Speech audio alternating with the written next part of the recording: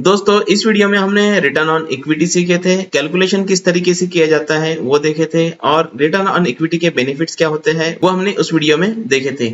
आज की इस वीडियो में हम देखेंगे कि रिटर्न ऑन इक्विटी जो हम कैलकुलेट कर रहे हैं वो कहाँ तक सही है। रिटर्न ऑन इक्विटी को हम ब्रेक डाउन करके देखेंगे और जिस एनालिसिस में रिटर्न ऑन इक्विटी को ब्रेक डाउन किया जाता है उस एनालिसिस को कहते हैं डुपॉन्ट एनालिसिस। तो आज की इस वीडियो में हम सीखेंगे कि डुपॉन्ट एनालिसिस क्या होता है, इसका कैलकुलेशन किस तरीके से होता है और डुपॉन्ट एनालिसिस फंडामेंटल एनालिसिस में क्यों जरूरी होता है। तो चलिए वीडियो को शुरू करते हैं। डुपॉन्ट एनालिसिस को डुपॉन्ट आइडेंटिटी और डुपॉन्ट मॉडल भी कहा जाता है। डुपॉन्ट एनालिसिस एक फाइनेंशियल एनालिसिस होता है जिसमें रिटर्न ऑन इक्विटी को ब्रेक डाउन किया जाता है इसके कंपोनेंट पार्ट्स में। डुपॉन्ट एनालिसिस डुपॉन्ट कॉर्पोरेशन ने डेवलप किया था in early 20th century. DuPont analysis का जो पर्पस होता है वो डिटेल अंडरस्टैंडिंग प्रोवाइड करना होता है उन फैक्टर्स के बारे में जो कंपनी के रिटर्न ऑन इक्विटी में कंट्रीब्यूट करते हैं। डुपॉन्ट एनालिसिस को एक्सप्रेस किया जाता है इस फॉर्मूले के जरिए से, return on equity is equal to net profit margin into asset turnover into equity multiplier. तो अगर हम इसको ब्रेक डाउन करें तो नेट प्रॉफिट मार्जिन का जो फॉर्मूला है वो net income divided by revenue, asset turnover का जो फॉर्मूला है वो revenue divided by average total assets, वहीं पर इक्विटी मल्टीप्लायर का जो फॉर्मूला है वो average total assets divided by average share holders equity. Previous videos में हमने नेट प्रॉफिट मार्जिन और एसेट टर्नओवर रेशियो के बारे में सीख चुके हैं। यहाँ पर हम इक्विटी मल्टीप्लायर के बारे में बात करेंगे। तो इक्विटी मल्टीप्लायर और फाइनेंशियल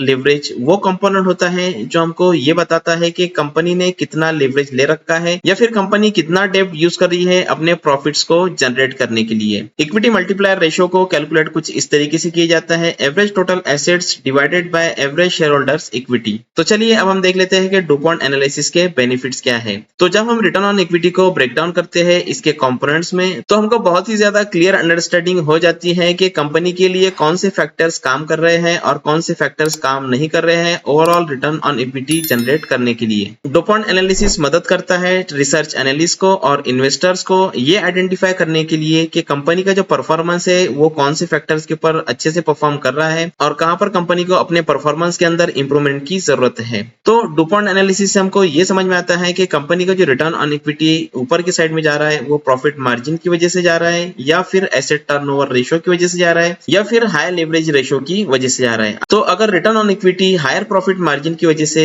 या फिर हायर एफिशिएंसी की वजह से ऊपर जा रहा है तो ये कंपनी के लिए एक अच्छा साइन होता है। लेकिन अगर return on equity high leverage की वजह से बढ़ रहा है तो ये किसी भी कंपनी के लिए अच्छी बात नहीं है क्योंकि लेवरेज की वजह से कंपनी का जो रिस्क है वो बढ़ जाता है। तो डुपॉन्ट एनालिसिस को हम यहाँ पर एक एग्जांपल के जरिए से समझ लेते हैं। यहाँ पर मैंने दो कंपनीज लिया है जो कि ऑलमोस्ट इक्वल साइज की है, लेकिन अगर आप यहाँ पर देखोगे तो जो हाई लीवरेज कंपनी है उसका जो रिटर्न ऑन इक्विटी है वो 92% का है, वहीं लो लीवरेज कंपनी का जो रिटर्न ऑन इक्विटी है वो 52% के अराउंड में है। तो रिटर्न ऑन इक्विटी की वजह से हमको यहाँ पर ये समझ में आता है कि जो हाई लीवरेज कंपनी है वो बेटर परफॉर्म कर रही है as compare to low leverage company. लेकिन अगर हम रिटर्न ऑन इक्विटी को तीन पार्ट्स में डिवाइड करें, asset turnover ratio, net profit margin और एसेट्स डिवाइडेड बाय इक्विटी, तो यहाँ पर पिक्चर हमको कुछ अलग ही नजर आएंगी। क्योंकि अगर आप यहाँ पर लो लीवरेज कंपनी का नेट प्रॉफिट मार्जिन देखोगे तो वो 22% का है, वहीं हाई लीवरेज कंपनी का जो नेट प्रॉफिट मार्जिन है वो 20% का है। तो नेट प्रॉफिट मार्जिन के कंपैरिजन में अगर हम देखें तो लो लीवरेज कंपनी यहाँ पर बेटर परफॉर्म कर रही है। उसी के साथ अगर हम एसेट टर्नओवर रेशियो देखें तो जो लो लीवरेज कंपनी का एसेट टर्नओवर रेशियो है वो 2.4x है,